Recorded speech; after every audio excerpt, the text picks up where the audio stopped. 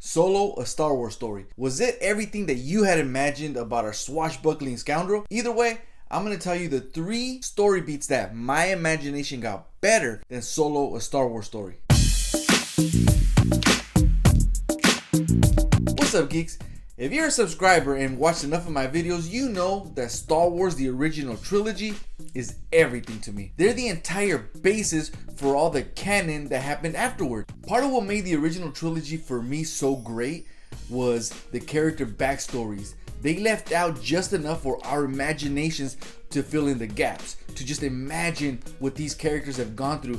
And that added to the mythology of their stories, their legend, if you want to say that. But hey, Disney decided to show us and explain everything about Han Solo. Let's get into it. Oh, but before we do me a favor. Why don't you like, subscribe, hit that notification bell so you always know when I upload new videos. And while you're doing that, I'll tell you something that I actually did kind of enjoy that Solo explained for us. I didn't mind that they explained that gap in the front of the Millennium Falcon. As Star Wars fans, I think most of us like the Millennium Falcon the way it is. We didn't need no explanation for the gap. We just assumed that was supposed to be like that. As a matter of fact, a lot of lists that rank the top coolest and recognizable spacecrafts in all of film rank the Millennium Falcon at the very top. But Disney decided to tell us that that gap was there from a missing escape pod. And I'm cool with that. Now we can look back at A New Hope, and when the Millennium Falcon is pulled in by the tractor beam into the Death Star, and this guy tells Darth Vader that there are no life forms because they probably jettisoned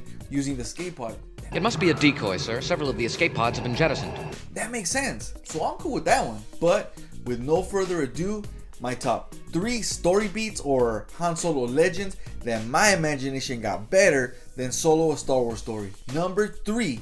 Why Han became a pilot and why he loves a Falcon so much. This is actually part of what pissed me off about Solo, a Star Wars story. In fact, I talk a lot about this in my Solo spoiler review that you can watch right here. In the movie, we get a Han Solo that dreams to become a pilot. In fact, they beat it over our heads. I'm gonna become a pilot. I'll be a pilot someday. Best in the galaxy. We already have a pilot.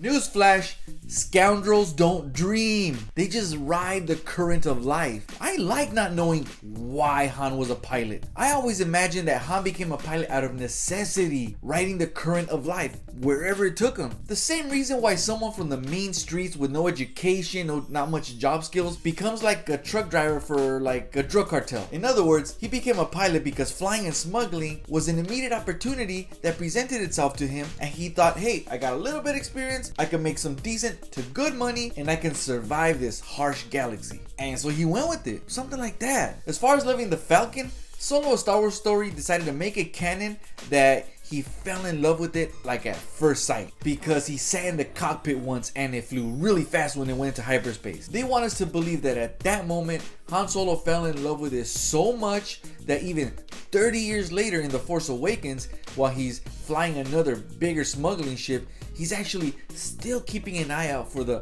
Falcon, his beloved ship that was stolen. Chewie, we're home.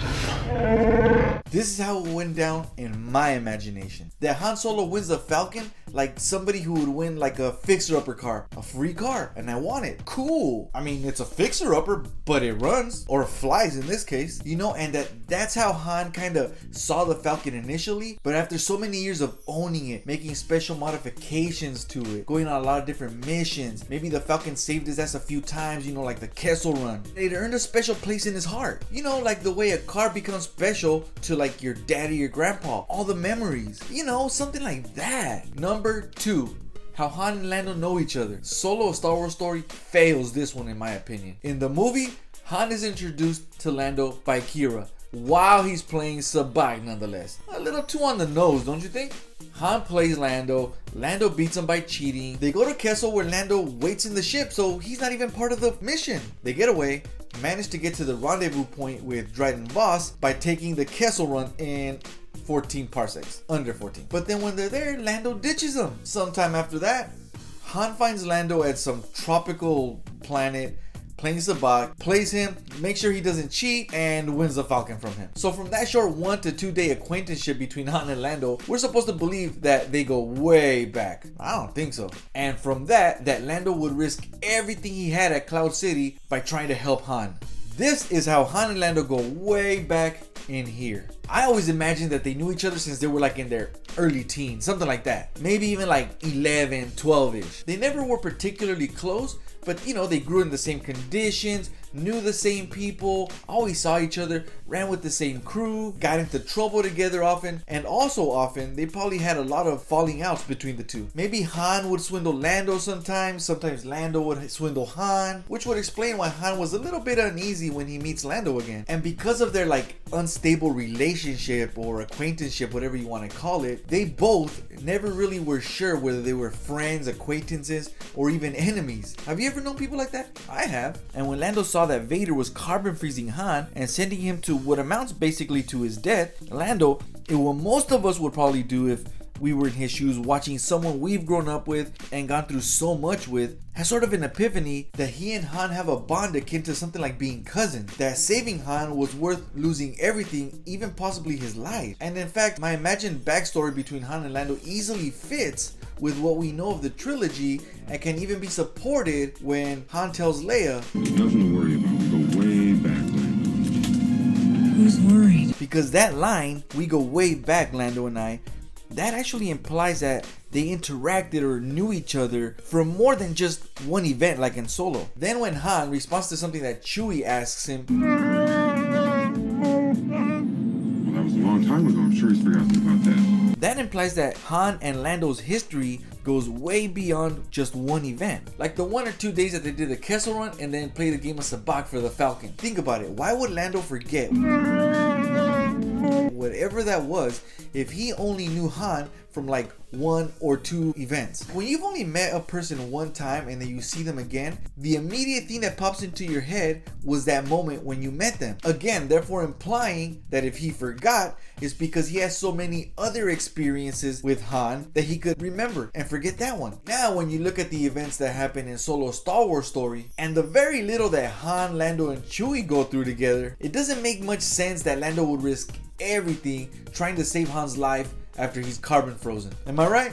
Number 1, how Han and Chewie know each other and how they met. In the movie, Han meets Chewbacca in a pit where Chewbacca is eating people. That's dumb. So as Chewie is trying to kill Han and eat him, I guess, Han speaks Wookiee and they ultimately work together to escape. But Chewie, instead of acting like any other normal, intelligent, sentient being and going his own way to look for his family or his people or something, decides, you know what, I'm gonna hang out with this guy. They just met. But okay, the circumstances, right? It was a way to get off the planet or have you. Okay. Or maybe he thinks, you know what, I'll do this heist, make some money, then I'll go with my family or to find my people. Okay. But after Kessel, upon encountering his people, he could have just stayed there to help them and go his own merry way, like he wanted to. Instead, he decides to stay with Han and the crew. Strangers, because that's what they are at that point in time. They're all strangers to each other. They don't know each other yet. And so Chewie decides to stay with Han to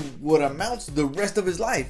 Like even today, Chewie's still with the same crew that Han ran with, right? Like he's still with the whole Star Wars crew. The way Han and Chewie met in my mind was kind of a mix of what I imagined how Han met Lando and the way Solo Star Wars story told it. And it goes a little something like this. They also meet when they're very young. That they kind of ran with similar people. They kind of always knew each other. You know, they were just trying to survive in the mean streets, what have you. But as they're still teenagers, or at least Han, they get thrown in jail and they encounter each other in jail. And they become like cellmates, right? Like bunkies. From spending months to like a year or two being together in the same cell, they become really close and Han even saves Chewbacca's life while in jail. Then, as they both get out, they join up and they run together as partners as they do their hustles working for different crews. And that's why Lando also knows Chewie, for the same reasons he knows Han. And after being partners for so many years, they just kind of naturally stay together like most best friends or brothers do. I don't know, what do you guys think? Did you guys imagine all these differently than how Solo Star Wars story explained it? Or do you think Solo Star Wars story did it better than how you imagined? Or how I imagined it? Or you don't even care? Let me know down in the comments. Alright geeks, don't forget to like, subscribe, hit that notification bell so you always know when I upload new videos. And of course, do not forget to check out more of my videos right now. Peace out.